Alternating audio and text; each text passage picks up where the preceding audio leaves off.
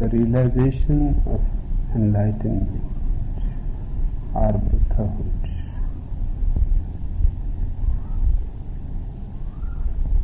is difficult, and it is also not difficult. It is difficult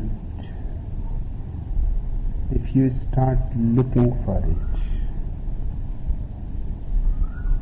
It is not difficult if you simply sit down, settling within yourself in calmness, quietness, being just purely aware. Then you are the Buddha. Then you are the enlightenment. It is not that you become enlightened. It is not your becoming. It is your very being. It is you in your simplest,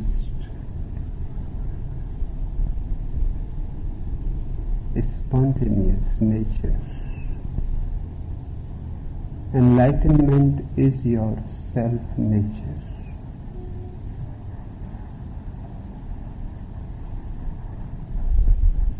Once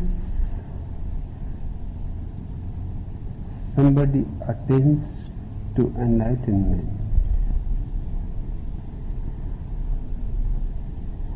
the greatest difficulty is to convey it to those who are living in darkness and who have never seen any light. It is almost like talking about light to the blind people.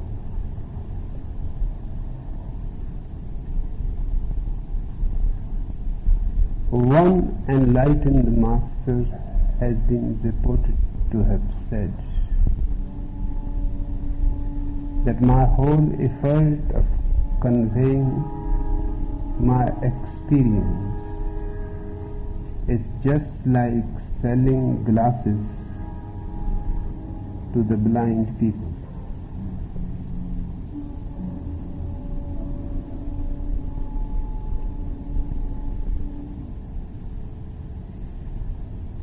Hence, many of those who have attained have remained silent, and those very few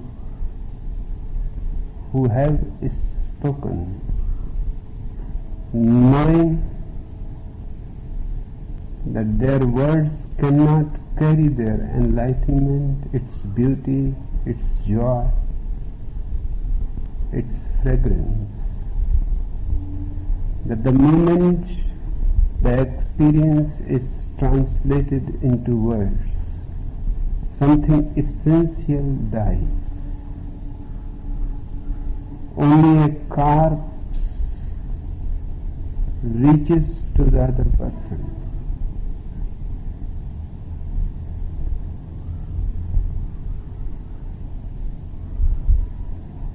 But out of compassion,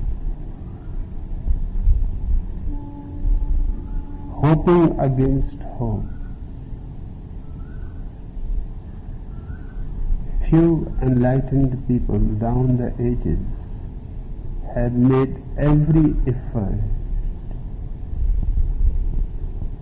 to convey to you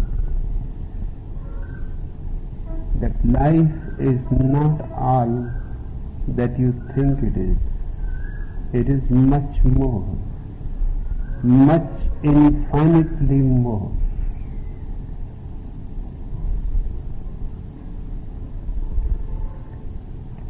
But no enlightenment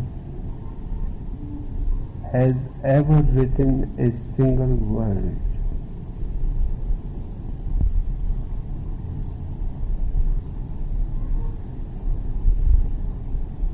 For the simple reason that the spoken word has a certain warmth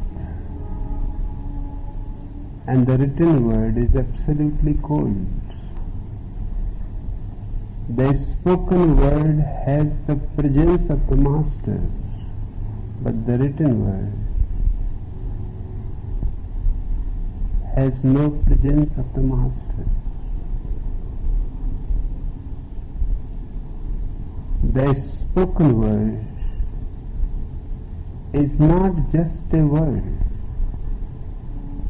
There are so many other things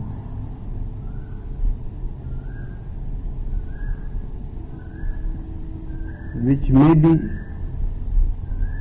indirectly conveyed to you.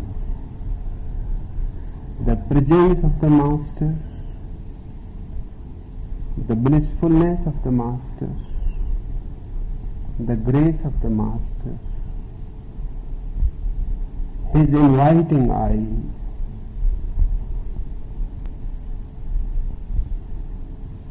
His heart calling you, invoking you for a journey, for a pilgrimage to your own being. All this is absent in the written word.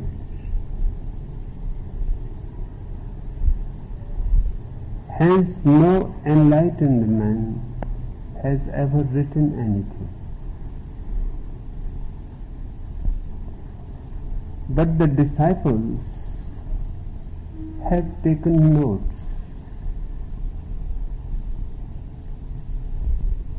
And all the literature that exists in the name of enlightened people is nothing but disciples' notes. The problem becomes more and more complicated because the disciple is writing something which he does not understand. He loves the Master. He has fallen into a deep love affair, but he does not understand the mystery of the Master. He is under his magical influence, but he does not know his secret. Unless he knows his own secret, he will never know the secret of the Master, because they are not two things.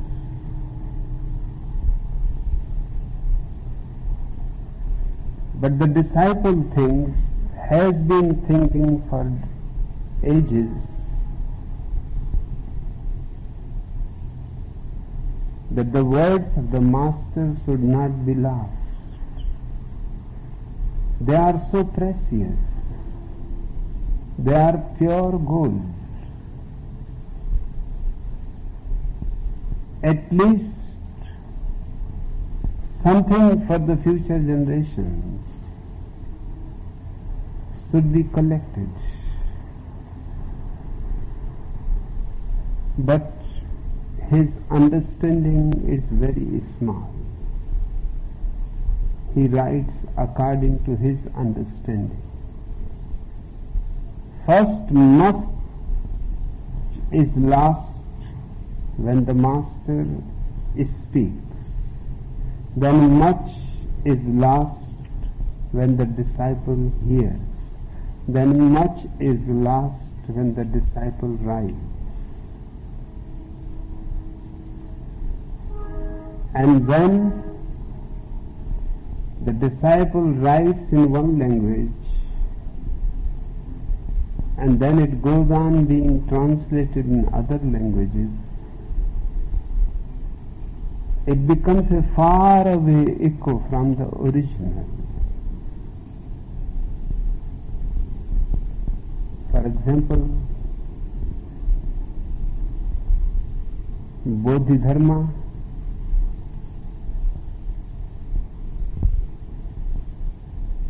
has spoken in Chinese, which was not his mother tongue. He was born in India. He learned Chinese. Even in your own mother tongue, to give expression to the experiences of your innermost life sources, silences of your heart, and blissfulness of your being is difficult, even in your mother tongue.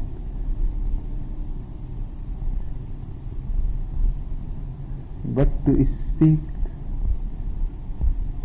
in a language which he has just learned, and Chinese is not a simple language. If one wants to be really a scholar, it needs at least 30 years.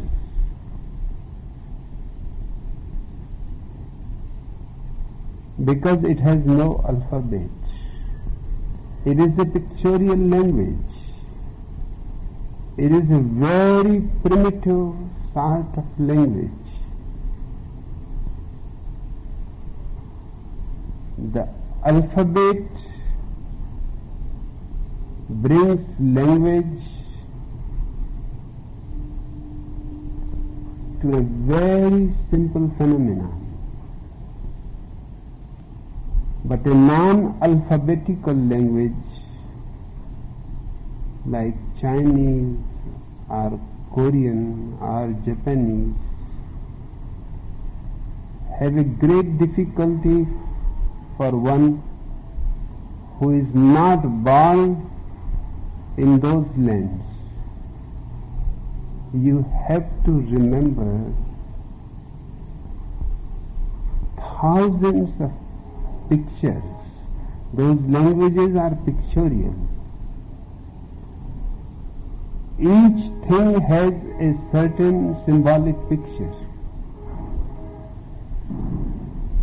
And unless you remember thousands of symbolic pictures,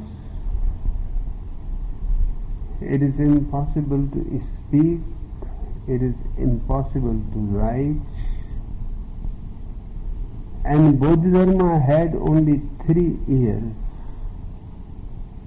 While he was moving towards China, he was learning as quickly as possible before he reaches China.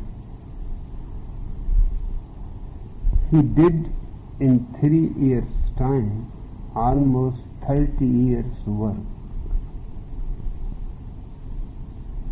Naturally, what he has said is far from his experience. And the difficulty is again multiplied, because these sutras are translated from Chinese into English.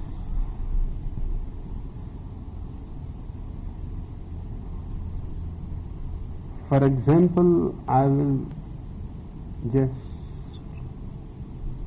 give you one word which is very central to these sutras, the word mind. Anybody reading these sutras is going to understand exactly the opposite what Bodhidharma must have meant. And the reason is the word mind. In English there is only one word.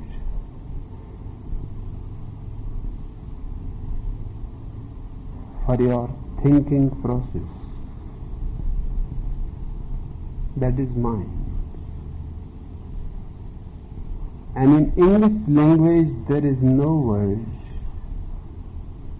which can denote something beyond thinking process. And the whole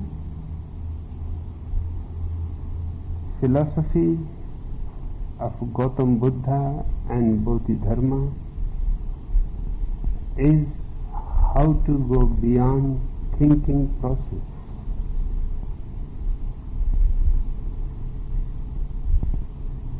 In Sanskrit, in Pali, there are different words. Manas, which is the root of the English word mind, exactly means thinking process. Then chitta means consciousness beyond thinking process. Those who are very alert and those who have not only been just scholars but have also experienced something about meditation. Wherever in these sutras you will find the word mind, a meditator would put just its opposite, no mind, because English has no word for no mind. So it is just arbitrary creation.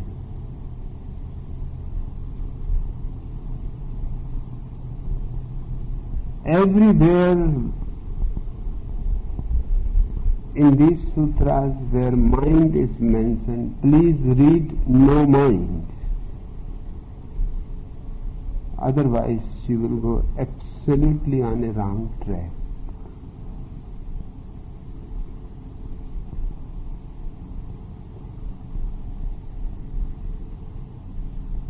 The sutras, everything that appears in the three realms leads back to the no mind. The translator says to the mind.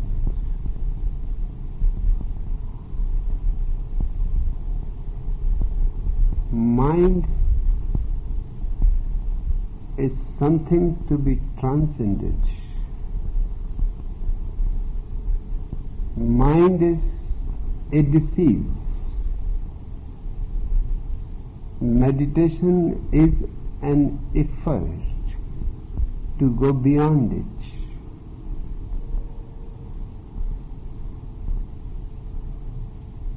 Hence, I will read everywhere instead of mind, no mind, to correct the translation. The translation is done by somebody who understands language but who does not understand meditation.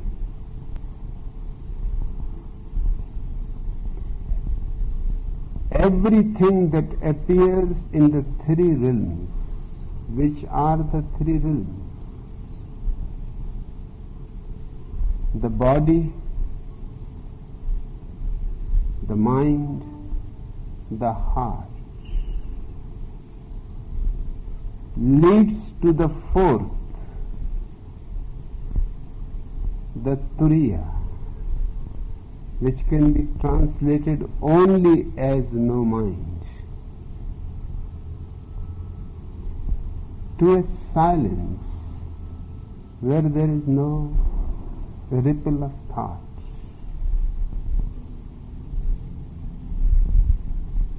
where time disappears, space disappears, and just a pure consciousness. Not conscious of anything, but conscious of itself. A self-luminous awareness remains. Everything leads to this self-luminous awareness. The people who understand meditation have always translated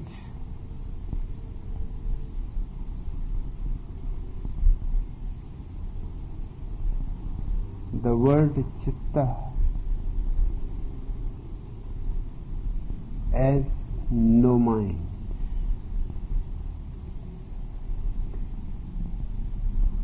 Hence, Buddhas of the past and future teach mind to mind without bothering about definitions.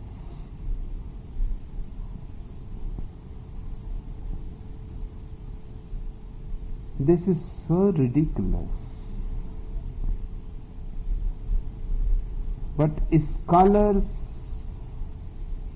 are really doing something that they are not prepared for.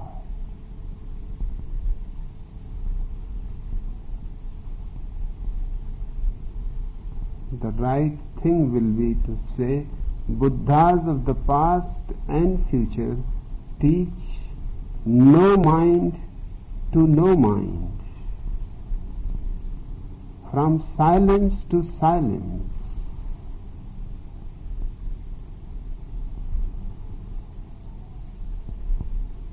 from presence to presence,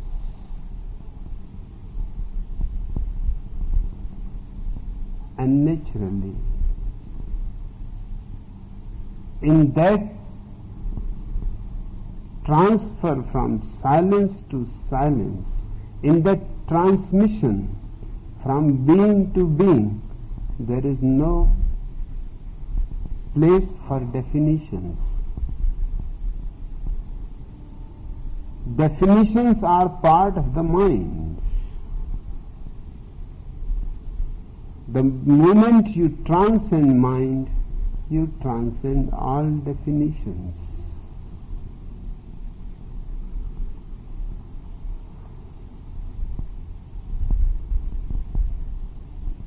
Now the disciple's mind comes in. But if they don't define it, what do they mean by mind? This is so stupid.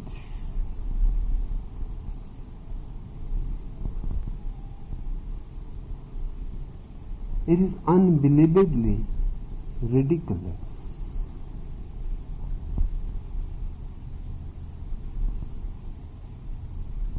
The disciple who has taken these notes himself is puzzled. He asks, but if they don't define it, what do they mean by mind?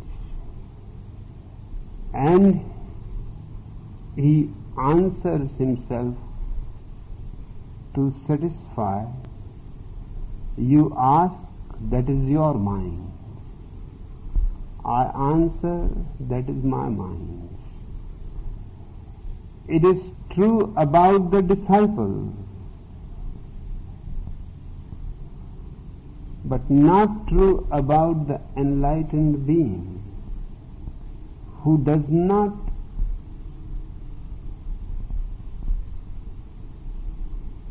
express himself through the words, Even if he uses the words, that is only a device to create moments of silence. The real transfer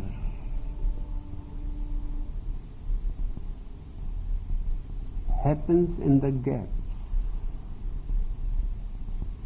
Nothing is said and nothing is heard, and yet the message takes a quantum leap from one being to another being.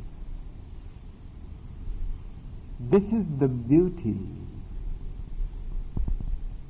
and the miracle and the magic that happens between the master and the disciple.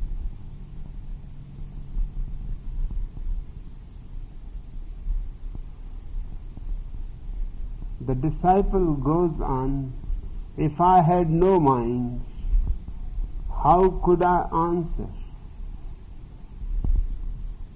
If you had no mind, how could you ask? That which asked is your mind, through endless kalpas, through endless ages, without beginning, whatever you do, wherever you are, that is your real mind. That is your real Buddha. He is getting really confused. But anybody will be in the same position. Not knowing that meditation is a transcendence, a freedom from mind.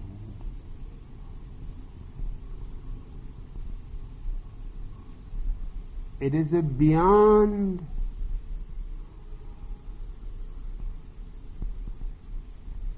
a space where no functioning of the mind can ever reach. And that is your true nature. That is your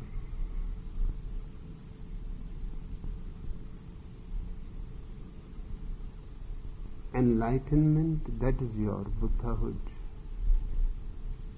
And out of that silence, whatever you do is enlightened.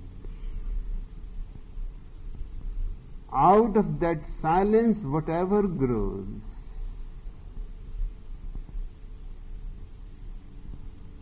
is a lotus of paradise.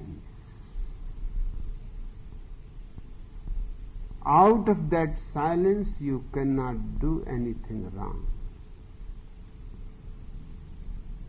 In fact, out of that silence, the very idea, the distinction between wrong and right, good and bad, disappears. Whatever you do out of that silence is simply existential, the way it should be. It is not your effort, it is not your thought out, pre-planned act, it is simply your spontaneous outpouring.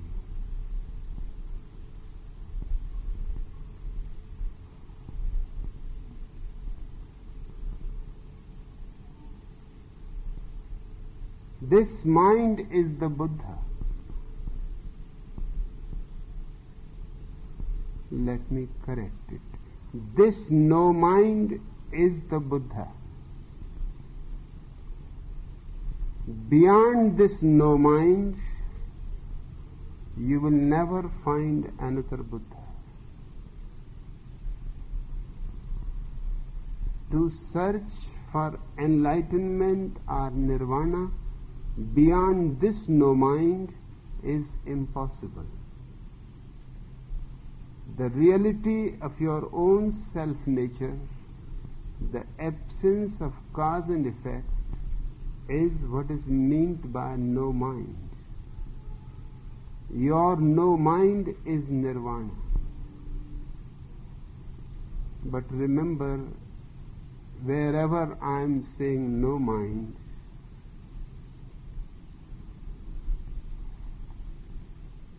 in the sutra itself is written mind. I disagree with it totally. And Bodhidharma will disagree with it. And Buddha will disagree with it. And anybody who has even a little glimpse of meditation will disagree with it.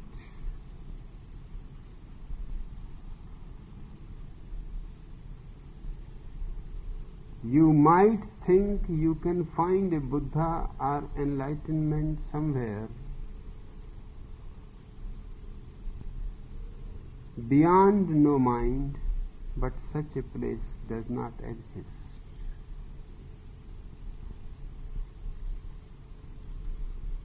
Trying to find a Buddha or enlightenment is like trying to grab space.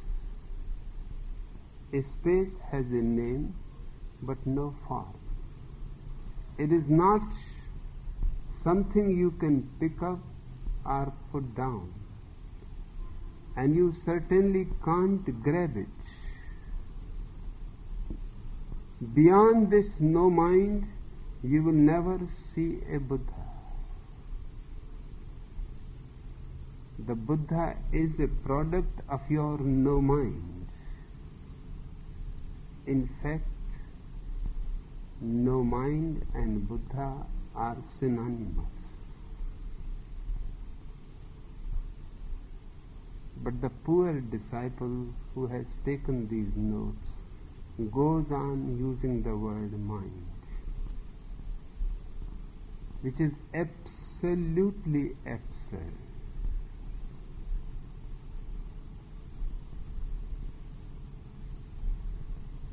Why look for a Buddha beyond this no mind? Buddhas of the past and future only talk about this no mind.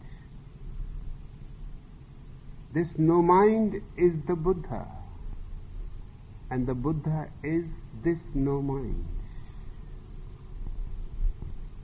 Beyond the no mind there is no Buddha, and beyond the Buddha there is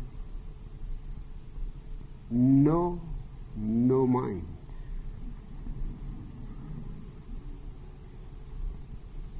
If you think there is a Buddha beyond the mind,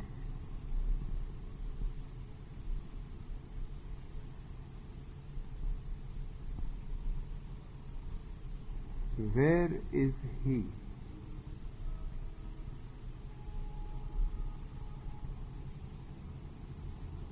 The same mistake continues all along the sutra, and it is the ancient most sutra about Bodhidharma, and for almost 14 centuries it has been accepted as Bodhidharma's teaching.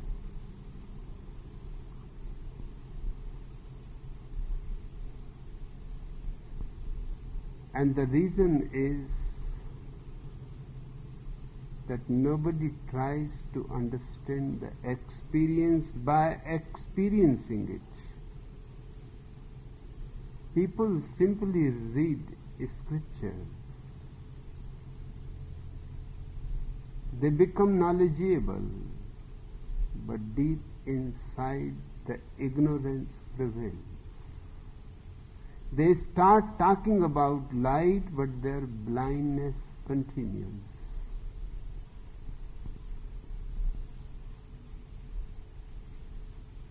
That's why he says you think there is a Buddha beyond the mind. There is the Buddha only beyond the mind. It is not a question of thinking.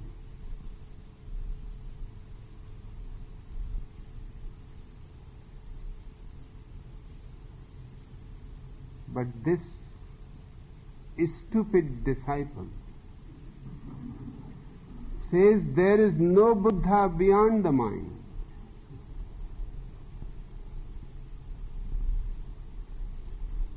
He has made it a point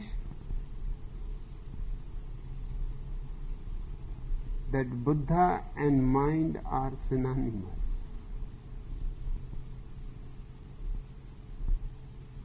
Then what is the need of meditation? You all have minds.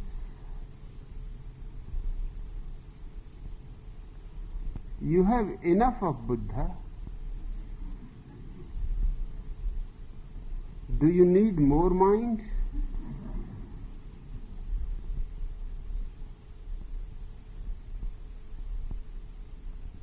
You need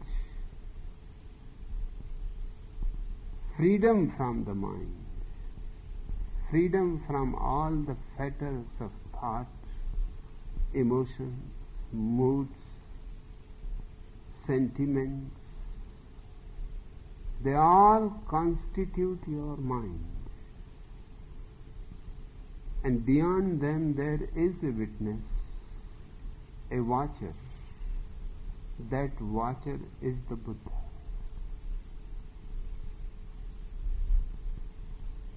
I have to be hard on this disciple, although he has done a service to humanity.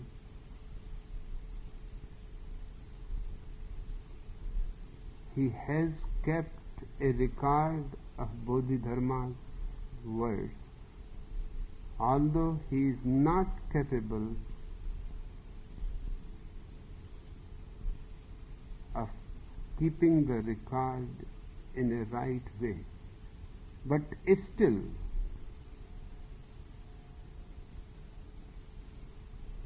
his record can be corrected by anybody of the same state as Bodhidharma.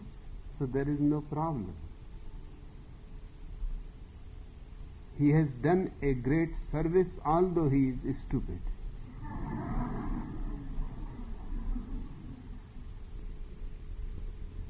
Once in a while, he repeats Bodhidharma.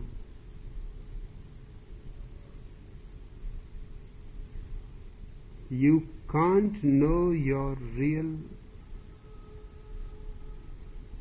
no mind as long as you deceive yourself. As long as you are enthralled by a lifeless form, you are not free.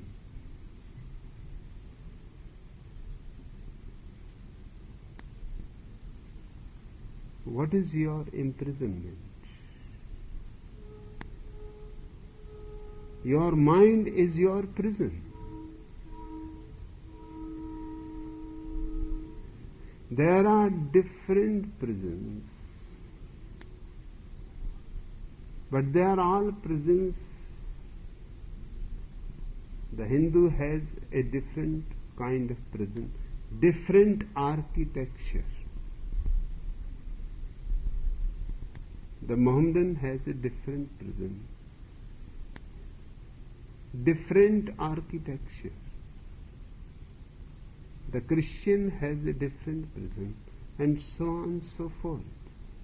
But they differ only in their architecture.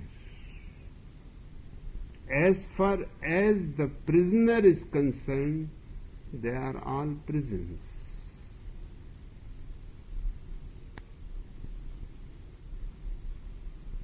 and people move from one prison to another prison in the hope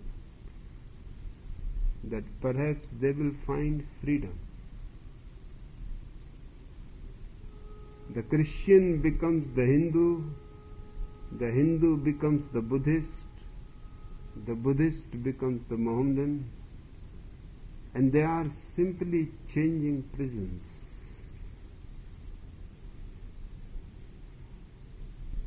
From one program, they move to another program. And what is needed is a deprogramming. That's what in scientific terms is the meaning of the word meditation. Deprogramming. If your mind can be completely deprogrammed,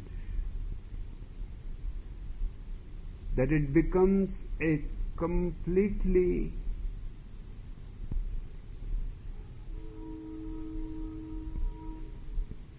erased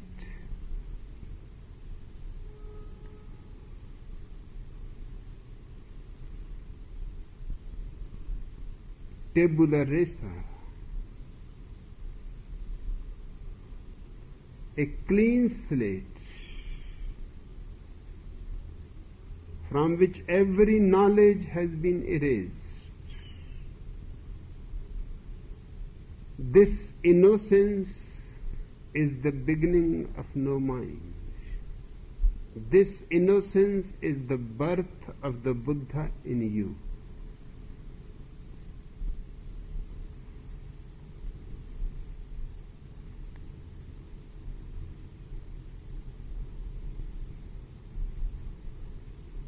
If you don't believe me, deceiving yourself does not help. It is not the Buddha's fault. People, though, are deluded.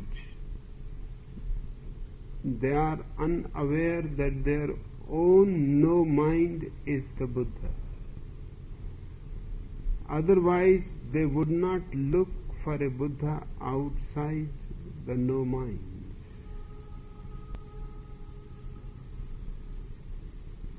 The greatest delusion, according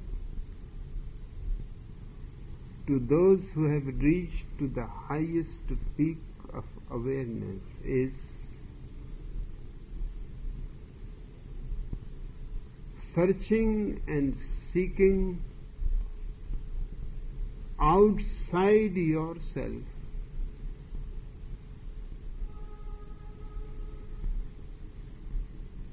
the truth, the meaning of existence, or the deathless,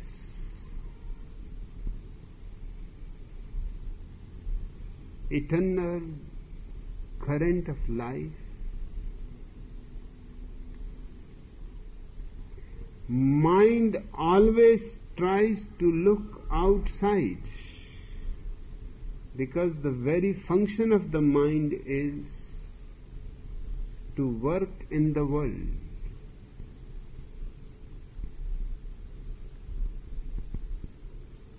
That's why mind is perfectly okay in science, in business, in economics, in everything that is outside you. Mind is perfectly the right means. But that which is within you is beyond mind's reach. You will have to leave the mind and move above and away.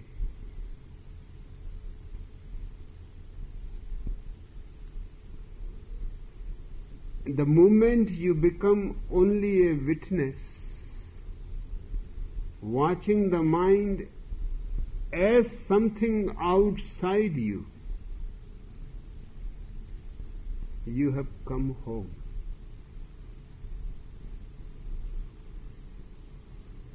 But the man who had taken the notes and the man who has translated them into English,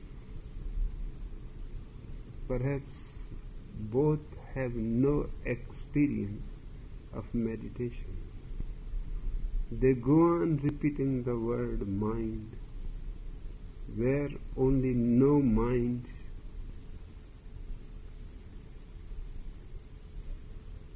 is ever possible.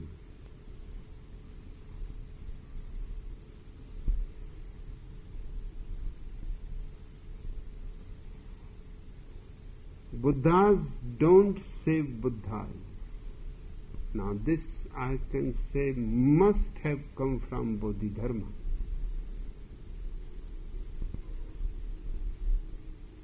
This is such a tremendously meaningful statement and so outrageous that it is beyond the capacity of the poor disciple, who cannot even understand it. He has simply written it. He must have heard it. Perhaps Bodhidharma was again and again repeating it.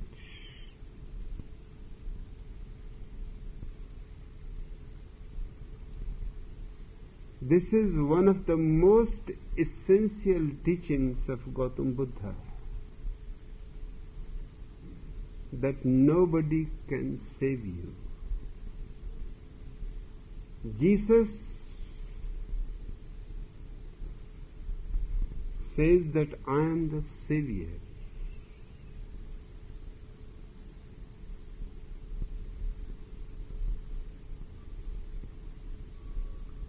If you compare Jesus and Bodhidharma, you will be in for a great surprise.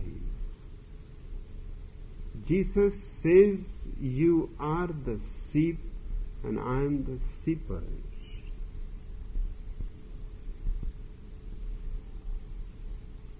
If you get lost, I will find you.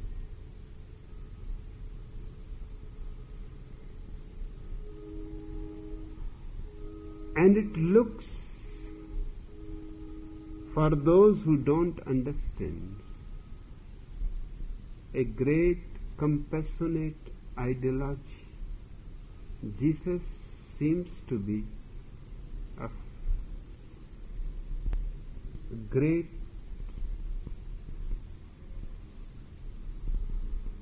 compassion, love, kindness.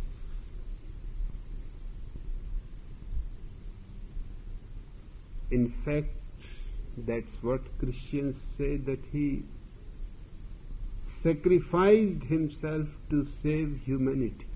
But nobody asked, the humanity is not saved. The poor fellow died unnecessarily.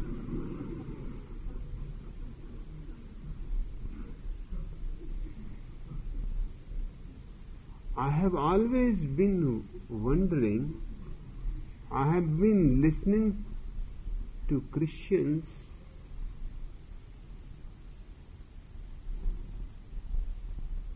and without feeling any embarrassment, they go on saying that Jesus gave up his life to save the humanity.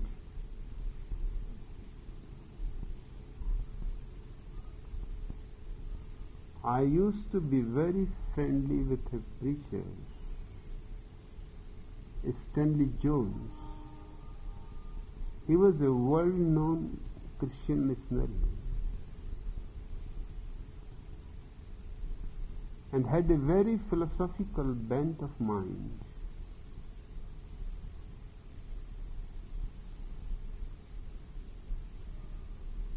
Whenever he used to come into the city where I was,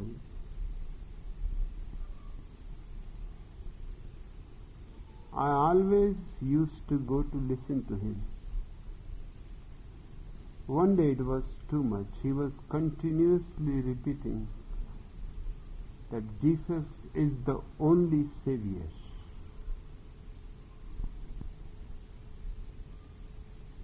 I had to stand up. I said, it is not my business. I am not a Christian. And in fact, in the church, I should not create any disturbance. I don't belong to the congregation. But you are repeating such nonsense.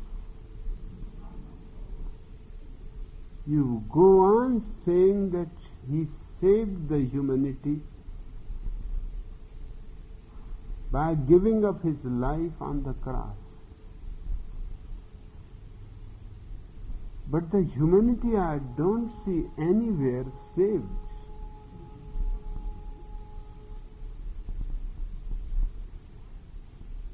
He could not even save himself.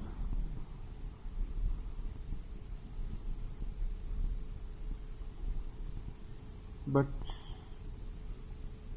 all the religions born outside India have the idea of the Savior.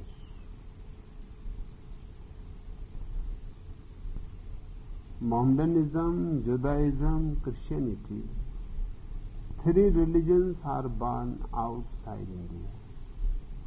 They all three have the idea of the Savior.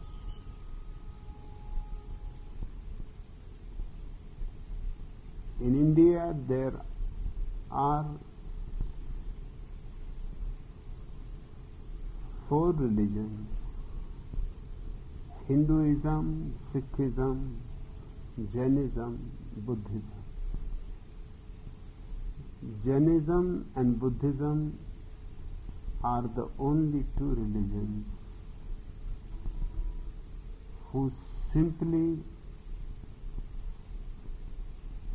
deny the very concept of saving anybody, because they say, and I agree with their concept, that it is condemnatory, it is humiliating. The very idea that I will save you makes me higher than you and holier than you. I become special. I am the only begotten Son of God, or I am the only prophet of God, or the only messenger of God, and you are just ordinary human beings. Bodhidharma's statement is, Buddhas don't save Buddhas. He is saying you are all Buddhas, whether you know it or not. And how anybody can save you? How one Buddha can save another Buddha? All that a Buddha can do is to wake you up. That is not much of a saving. When you wake somebody up, do you think you are holier and special, and you have done a great service to humanity by waking a poor fellow who was sleeping?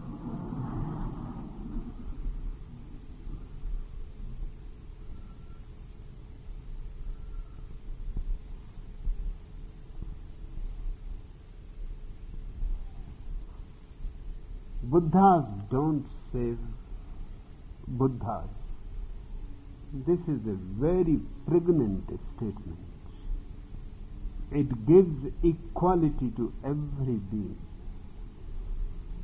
The only difference, which is not much of a difference, is everybody is a Buddha. Few are asleep and are unaware of who they are, and few have become awakened and know who they are.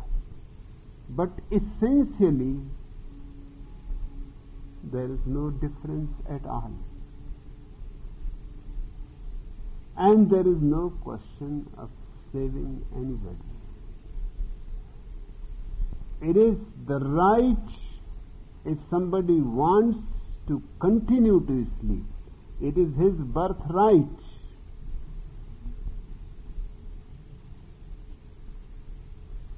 You cannot forcibly wake up somebody that is interfering into his freedom.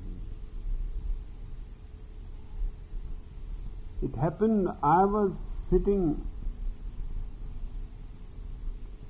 on the banks of Ganges in Allahabad. I had gone to speak in a Christian college in Allahabad. And the Christian college is just on the bank of the Ganges, on a very beautiful spot, just near the railway bridge. I was sitting on the bank and there was nobody for miles. And suddenly a man came and jumped. I thought perhaps he is taking a bath,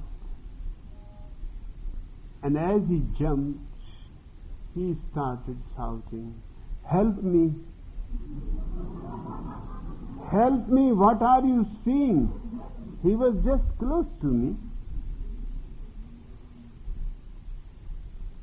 For a moment I thought, what is the matter? If he wanted to be helped, why he has jumped? But I thought it is better first to bring him out.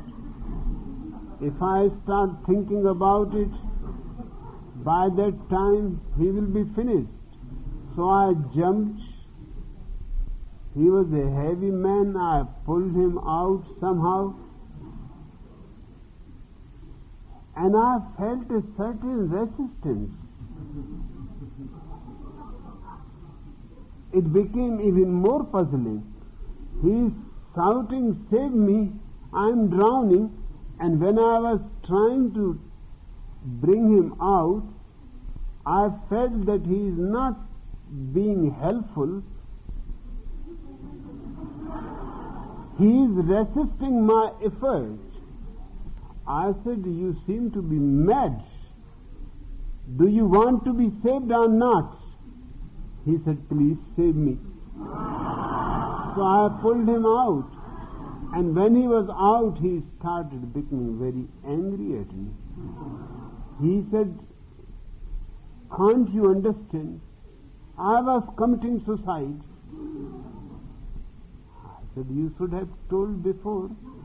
Then why you were shouting, 'Save me'?" He said, "It is natural."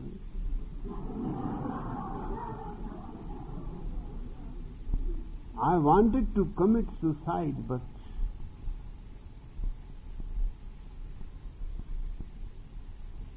deep down somewhere there is still a desire to live.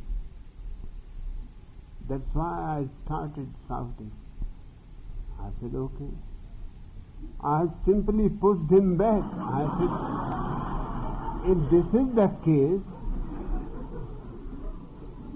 then I will not do anything against you." He started shouting again that, "You are mad or what? Do you want to kill me?" I said, "No, I have nothing to do with you. Whatever I have done, I have undone it. Now I will sit silently here and watch."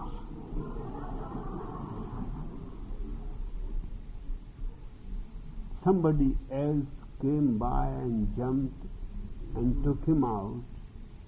This time he did not give any resistance, and he went on looking at me. I said, "What is the matter? Where are you going?" He said, Is it compulsory to commit suicide? I said, it is not. I have never told you to commit suicide. You were committing suicide. Have you forgotten? He said, you seem to be a strange man. When somebody commits suicide or tries to commit suicide, people prevent him. You help them. I said, I am ready to help anyway. If you want to get out of the river, I am ready to help. If you want to go in the river, I am ready to help. I don't want to interfere in your life style, whatever you want to do. He said, I don't want to die. I said, that's perfectly okay. You can go. But think twice. You may have to come back again. He said, I am not going to come. I said, it is up to you. I am just reminding you that the idea of suicide will come again to you, and this is a good chance. Don't miss it. Ordinarily there are so many people on the bank. Just by chance there is nobody. Only a man who is ready to help anyway. This way or that.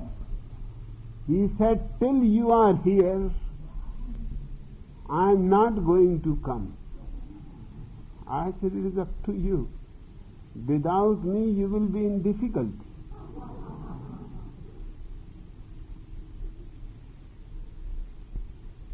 Bodhidharma is saying Buddhas don't say Buddhas. Buddhas simply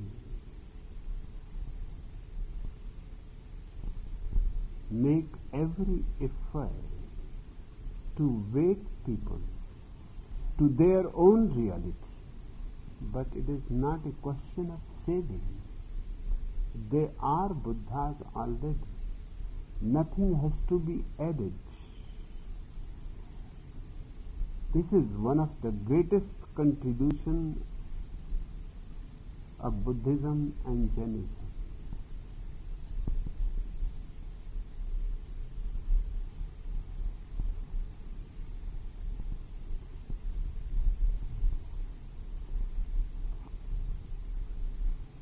But again and again that disciple is bound to commit mistakes. He is simply helpless. This sentence he has put exactly as it should be. But again he starts, if you use your mind to look for a Buddha, you won't see the Buddha. As long as you look for a Buddha, somewhere else you will never see that. Your own no mind is the Buddha. He is saying mind. I am reading no mind. And don't use a Buddha to worship a Buddha. Again, this statement I can say with absolute authority comes from Bodhidharma. Don't use a Buddha to worship a Buddha.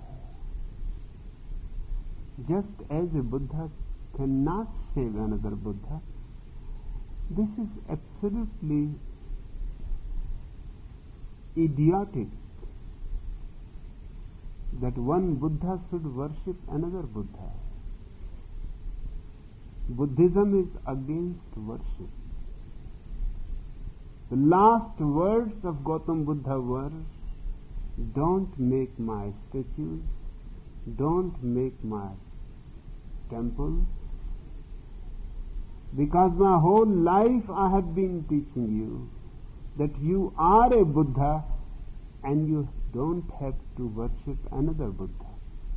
And particularly, a stone Buddha is being worshipped by a living Buddha. This is sheer absurdity.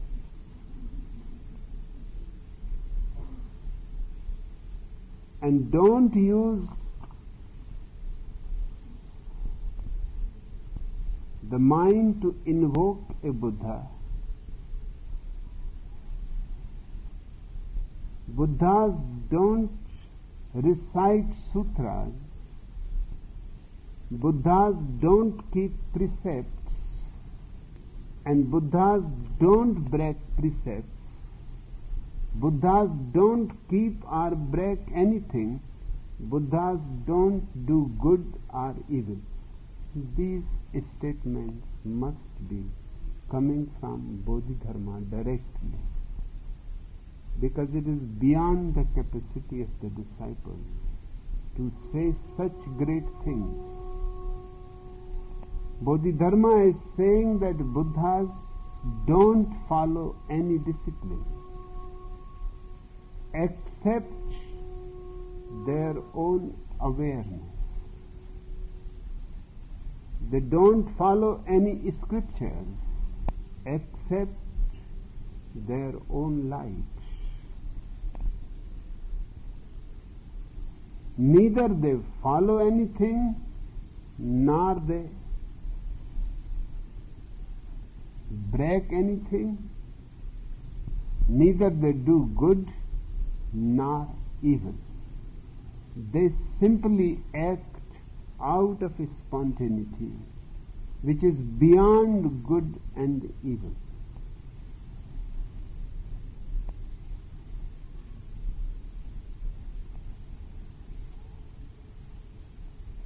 Buddhas are not Puritans or moralists. They act out of pure consciousness. Their actions are not decided by any ideals, by any precepts, by any sutras. They don't recite any sutras. They don't bother about holy scriptures, because they know their own awareness is enough to show them the path and to lead them to their ultimate destiny.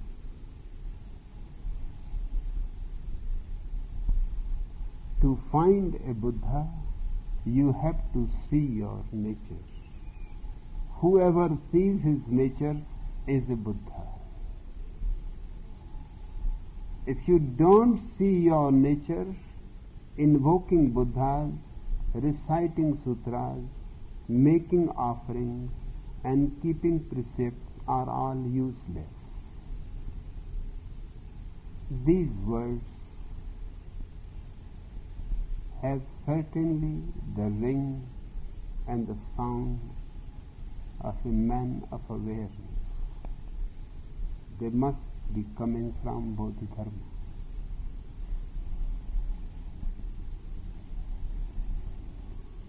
But the disciple is not satisfied. He must be feeling a little uneasy.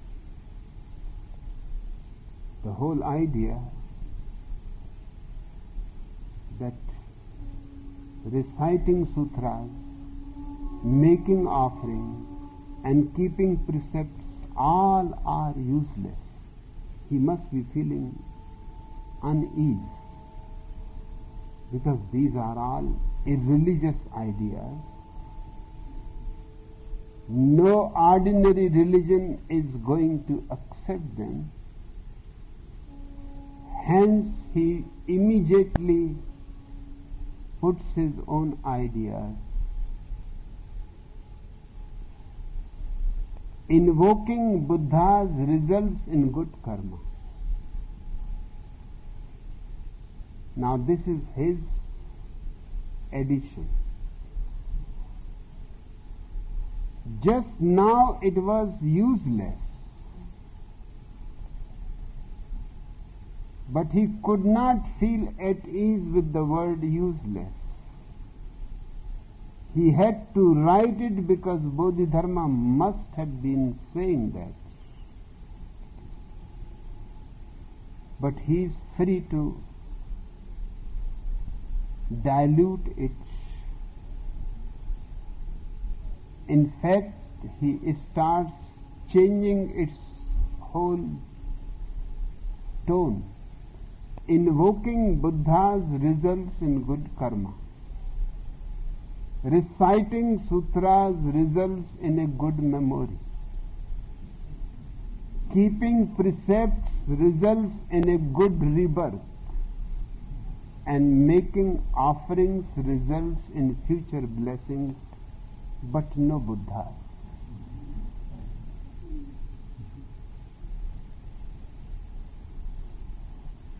He has been trying hard to put exactly the words of Bodhidharma, but it must have been a great effort and a great tension to him, because what Bodhidharma is saying is possible to be understood only by people of great meditation. It is not possible to be understood by so-called ordinary humanity. It goes against all ordinary religions, ordinary prophets, ordinary messengers of God, ordinary holy scriptures.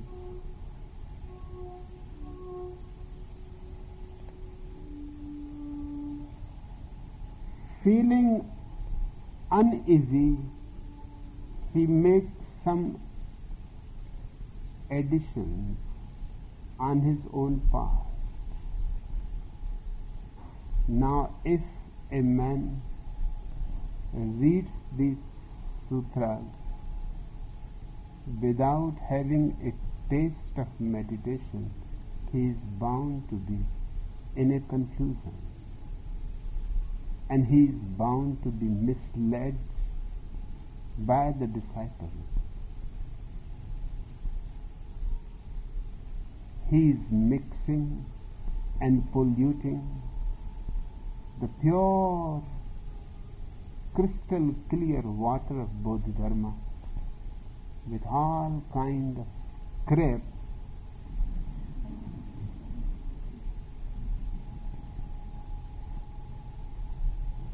because he cannot tolerate such crystal clear approach, so refined,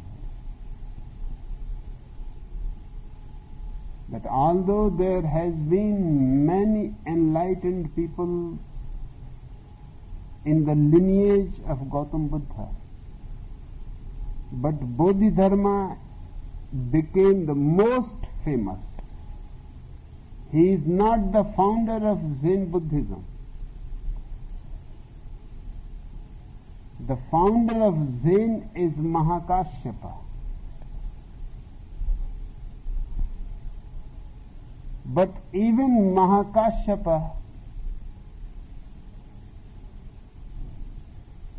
has faded. Bodhidharma is not the founder,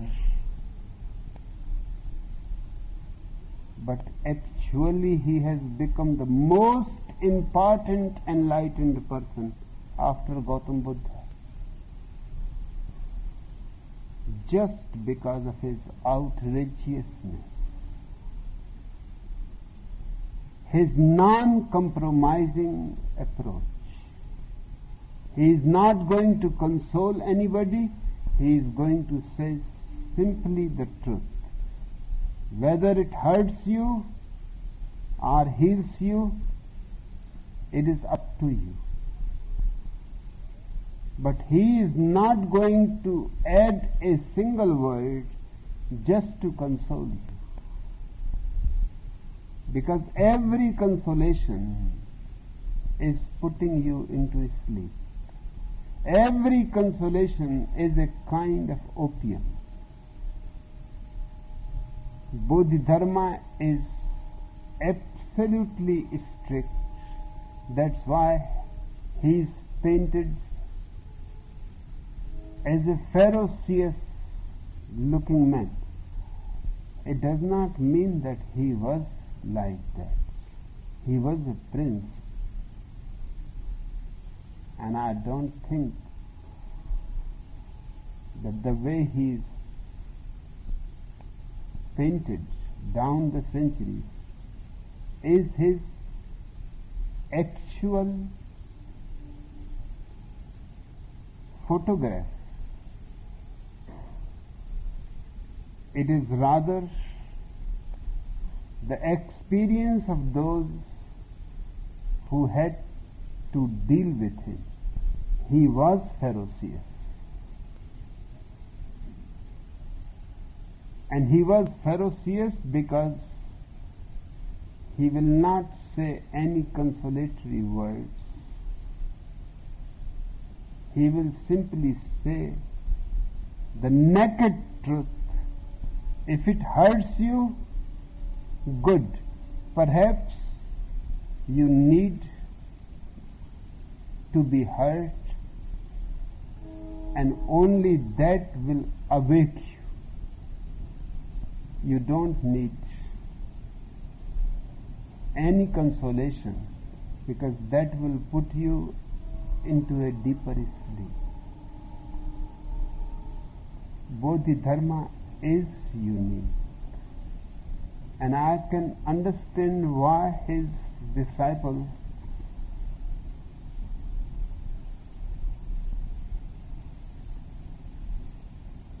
could not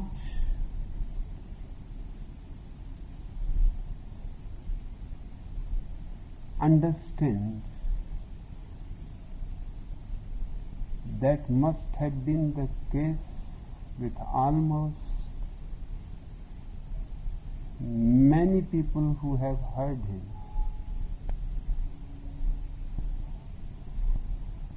Because at the last moment when he wanted to choose a successor, he had chosen only 4. And from 4 he was going to choose 1. He was really strict. Perhaps the most strict master the world has ever known, but the most compassionate, because his strictness is nothing but his